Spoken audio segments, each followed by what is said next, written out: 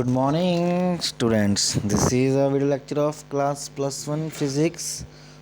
आज हम पढ़ेंगे. हमने कल लास्ट लेक्चर में स्टडी कर लिया था कि क्या इफ़ेक्ट होता है. जी हाँ, एक्सेलरेशन ड्यू टू ग्रेविटी का.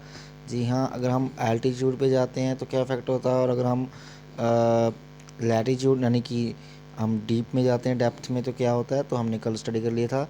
आज हम पढ़ते हैं जी हाँ इफ़ेक्ट ऑफ लैटीट्यूड. लैटीट्यूड का क्या इफ़ेक्ट पड़ता है. तो लैटीट्यूड होता क्या है, पहले ये जान लेते हैं. लैटीट्यूड क्या होता है. वो एंगल जो सेंटर से बनता है. जी हाँ, अर्थ की सेंटर से.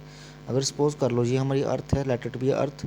तो ये हमारी अर्थ है, तो अर्थ के किसी पॉइंट यानी कि पी मान लो, और ऐसे अगर ये पॉइंट पी है तो ये ऐसे रोटेट करेगा. ये देखो रोटेट कर रहेगा. तो ये सारा इसका लैटीट्यूड है. लैटीट्यूड के अगर यहाँ पर कोई पॉइंट है तो वो ऐसे रोटेट करेगा. क्यों रोटेट करेगा, क्योंकि अर्थ अपनी एक्सिस के अलॉन्ग रोटेट करती है ओमेगा से, किसी भी एंगुलर फ्रिक्वेंसी से. तो ऐसे रोटेट करती है एंगुलर वेलोसिटी से. तो अगर एंगुलर वेलोसिटी से रोटेट करती है तो ये इसके लैटीट्यूड्स पॉइंट होते हैं. यहाँ पर ये देखो, ये पॉइंट्स जैसे लैटीट्यूड होते हैं. वेट, हाँ, ये पॉइंट जैसे लैटीट्यूड होते हैं. ये पॉइंट यहाँ पर, ये सभी पॉइंट लैटीट्यूड है, और लैटीट्यूड सेम होता है. जैसे यहाँ पर सपोज कर लो इंडिया में कोई बैठा है, तो यहाँ पर अगर कोई और देश है यहाँ पर, तो यहाँ का और यहाँ का लैटीट्यूड बिल्कुल सेम होगा, और वो सेंटर से नापा जाएगा. यानी कि यहाँ से एंगल नापा जाएगा, यहाँ से एंगल मेजर किया जाएगा. ठीक है. तो ऐसे यहाँ का जो लैटीट्यूड होगा, यहाँ पे जो लैटीट्यूड होगा, यहाँ पे लैटीट्यूड होगा, वो जहाँ पार्टिकल होगा वो भी ऐसे रोटेट करेगा. तो ऐसे पार्टिकल ऐसे ऐसे घूमता रहेगा. क्लियर है. तो ये पहले आपको क्लियर होना चाहिए. और जो लैटीट्यूड है, इस इक्वेटर पे जो एंगल है लैम्डा, इस लैम्डा से नोट किया गया, इसे लैम्डा से, ये देखो लैम्डा से नोट किया गया. तो क्या है, latitude is defined as the angle with the line joining the place to the centre of the earth makes with the equatorial plane. ये जो इक्वाटोरियल प्लेन है, इसे इक्वाटोरियल प्लेन कहा गया. इसी इक्वाटोरियल प्लेन के साथ बनाता है, उसे कहते हैं एंगल ऑफ लैटीट्यूड एंगल. ठीक है. और इक्वेटर पे ये ज़ीरो होता है. देखो ना एंगल, यहाँ पर अगर हम इसको देखें तो यहाँ पर एंगल बिल्कुल ज़ीरो हो जाएगा. इसे इक्वेटर कहते हैं, सेंटर से. तो सेंटर से ये पास हो रहा है, इसे इक्वेटर EZ नोट किया गया ना. ये देखो इक्वाटोरियल प्लेन कहा गया, इक्वाटोरियल प्लेन यही है ना, इक्वेटर से ये पास हो रहा है. अगर मैं एक बॉल लूँ, बॉल को बीच में से, या कोई संतरा लूँ, संतरा को बीच में से काट दूँ, तो आपको जो हिस्सा, अगर उसको सीधा करके दिखाऊँ, तो ऐसे जो हिस्सा आपको दिखेगा कटा हुआ ऐसा, वो होता है इक्वाटोरियल प्लेन. उसे हम एग्जाम्पल के लिए मैंने, अगर अर्थ भी अगर स्फीयर के अगर मान लेते हैं, तो वो उसे कहेंगे हम इक्वाटोरियल प्लेन. क्लियर है स्टूडेंट्स. तो आगे हमारे पास, आगे बढ़ते हैं हमारे पास. तो हम इसे समझते हैं कि जब रोटेशन होती है अर्थ की, मतलब लैटीट्यूड पॉइंट्स रोटेट करता है ना ऐसे. तो अगर रोटेशन होती है अर्थ की, तो उससे क्या इफ़ेक्ट पड़ता है एक्सेलरेशन ड्यू टू ग्रेविटी पे.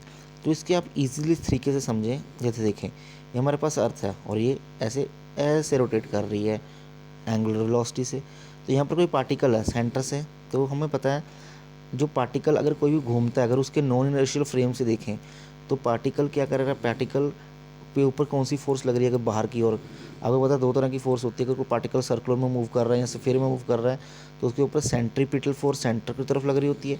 यहाँ पर तो सेंटर पे वेट लग रहा है, उसका mg लग रहा है. क्योंकि अगर ये सरफेस पे बैठा कोई पार्टिकल, कोई बॉडी बैठी, कोई आदमी बैठा, कोई भी बैठा है, तो उसको अगर ये रोटेट कर रहा है अपने एक्सिस की तरफ, तो ये पार्टिकल के ऊपर एक फोर्स और भी लग रही है, उसे कहेंगे सेंट्रीफ्यूगल फोर्स. पता है जो आपको, अगर कोई आप पत्थर बांध के घुमाएं, तो अगर आप उसे छोड़ें तो वो ऐसे टेंजेंशियली जाता है बाहर को. तो बाहर को क्यों जाता है, क्योंकि उसके ऊपर सेंट्रीफ्यूगल फोर्स लग रही होती है. तो उसी सेंट्रीफ्यूगल फोर्स वो बाहर लग रही है, और जो उसका वेट है वो mg अंदर लग रहा है. तो जो फोर्स बाहर लग रही है, यानी कि mr⍵², आपको पता है ये होती है बाहरली फोर्स. यानी कि आपको वैल्यू पता होनी चाहिए. आपने आपको पढ़ाई थी जी हाँ, mr⍵². इस फोर्स के साथ ये फोर्स बाहर लग रही है, उसको mg फोर्स अंदर लग रही है. तो कुछ ना कुछ वैल्यू तो इसकी डिक्रीज़ हो जाएगी ना. तो इसी कारण, इसी फोर्स के कारण जो g इफेक्टिव होती है, जो g रिजल्टेंट होती है, वो डिक्रीज़ हो जाती है हमारे जो एक्चुअल जी से. तो इसमें हम ये कहेंगे कि रोटेशन ऑफ अर्थ से अपनी अलॉन्ग, देखो ना, खुद के अलॉन्ग रोटेशन दे रही है इट्स ओन एक्सिस के कारण भी जो उसकी इफ़ेक्टिव यानी कि जो जी है वैल्यू, वो डिक्रीज़ होती है.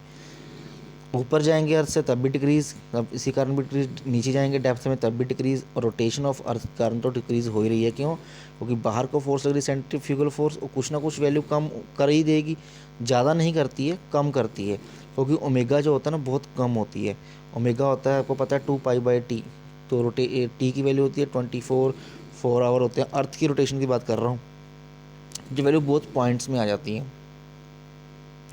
इसी एंगुलर वेलोसिटी के कम होने के कारण जो है हम कह सकते हैं कि इसकी वैल्यू जो बाहर की सेंट्रीफ्यूगल फोर्स है वो कम होती है। इसके कारण जो ये सेंटर में जो mg होता है वो थोड़ा सा ज़्यादा हो जाता है, इसलिए हम बाहर नहीं जाते। ऐसे थोड़ी हम यहाँ से धरती में अगर यहाँ पर सरफेस पे बैठे हैं तो हम इसको झटका लगा और हम प्लूटो पे पहुँच गए, नहीं।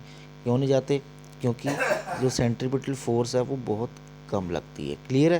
तो ये आपको क्लियर होना चाहिए। तो हम इसके लिए अब इसका एक्सप्रेशन पढ़ेंगे।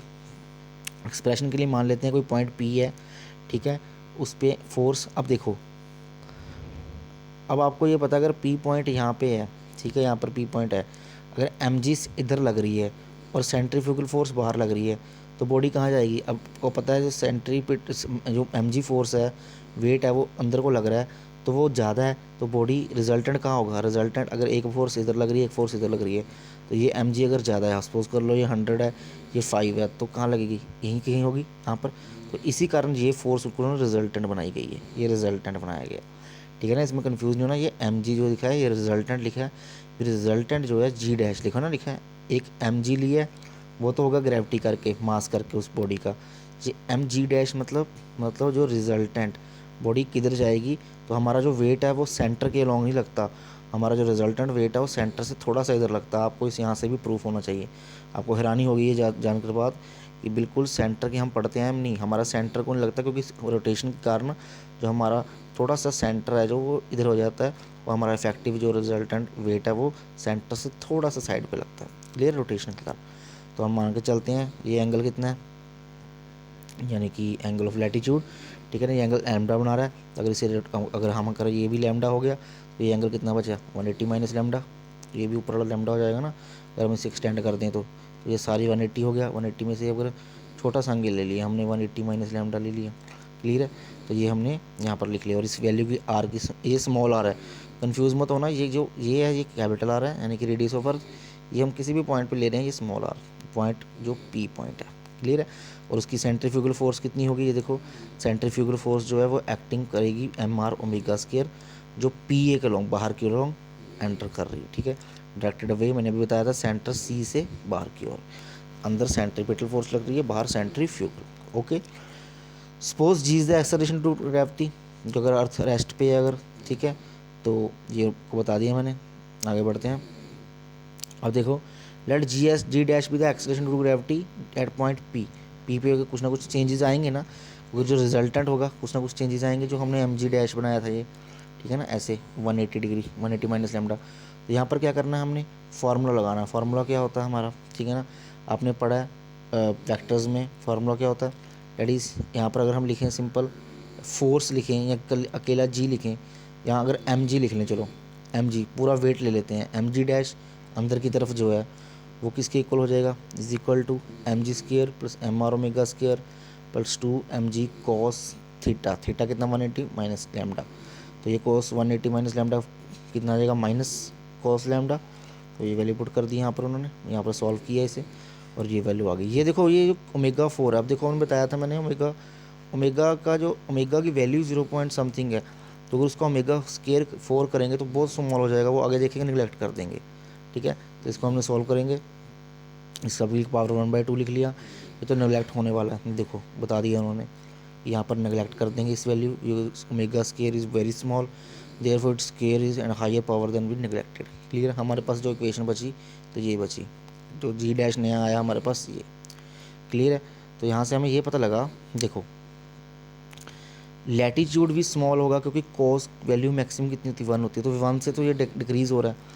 ओमेगा बहुत छोटी वैल्यू, ओमेगा स्केयर कितनी छोटी वैल्यू, आर भी कांस्टेंट है, जी भी कांस्टेंट है, इससे डिवाइड भी हो रहा है। तो हम कह सकते हैं जो जी है, मतलब कि एक्सेलरेशन ड्यू टू ग्रेविटी, वो डिक्रीज़ होती है जब हम क्या करते हैं, हम पोल्स की तरफ, जब हम इक्वेटर्स की तरफ आते हैं, मतलब इक्वेटर की तरफ को मतलब वेट,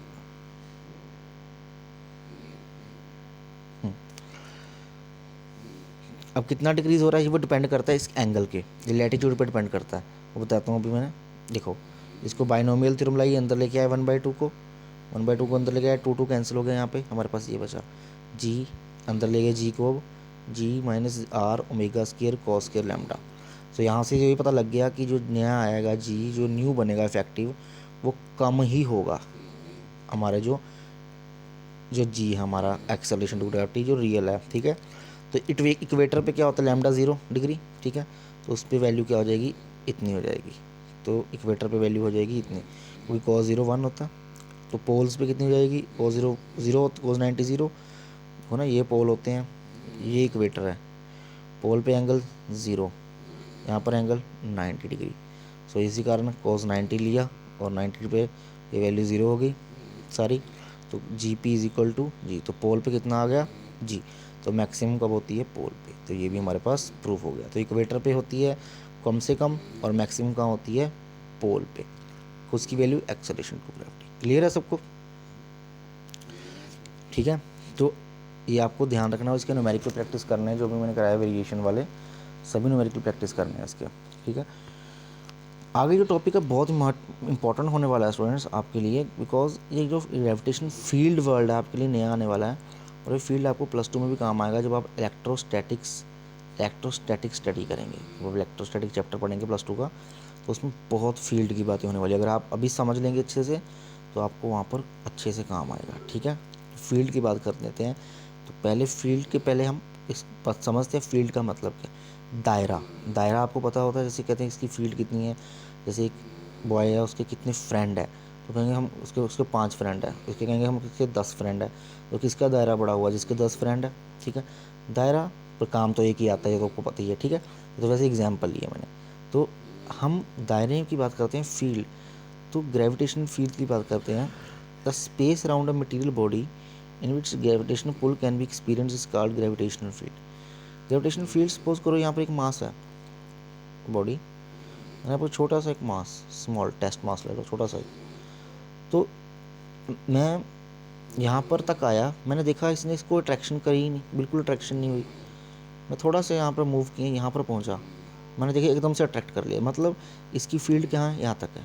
तो वो space around a material body के अराउंड कोई भी बॉडी हो सकती है, ये भी हो सकती है, ये भी, जिस पे किसी दूसरी बॉडी पे ग्रेविटेशन पुल लग जाए, खिंचाव लग जाए, एक्सपीरियंस हो, तो उसे कहेंगे हम ग्रेविटेशनल फील्ड। फील्ड समझ आया। तो स्पेस होती है एक, हमें दिखती नहीं है, ये इमेजिनरी स्पेस है, किसी भी स्पेस है। अब हम बॉडी को हम हाथ में बॉल पकड़ के छोड़ते हैं, नीचे गिरती है, हमको दिखता है भी कोई खींच रहा है, तो नॉन कॉन्टैक्ट फोर्स होती है, तो उसे कहते हैं फील्ड। क्लियर है, क्लियर है। आज आप इतना ही समझो, कल हम इससे आगे लाइव में पढ़ेंगे अगली क्लास में, ठीक है। आप इसे प्रैक्टिस करो इतना, ठीक है। और इसको इसके जो न्यूमेरिकल्स वगैरह सॉल्व करो, ठीक है, इसको समझो। Thank you.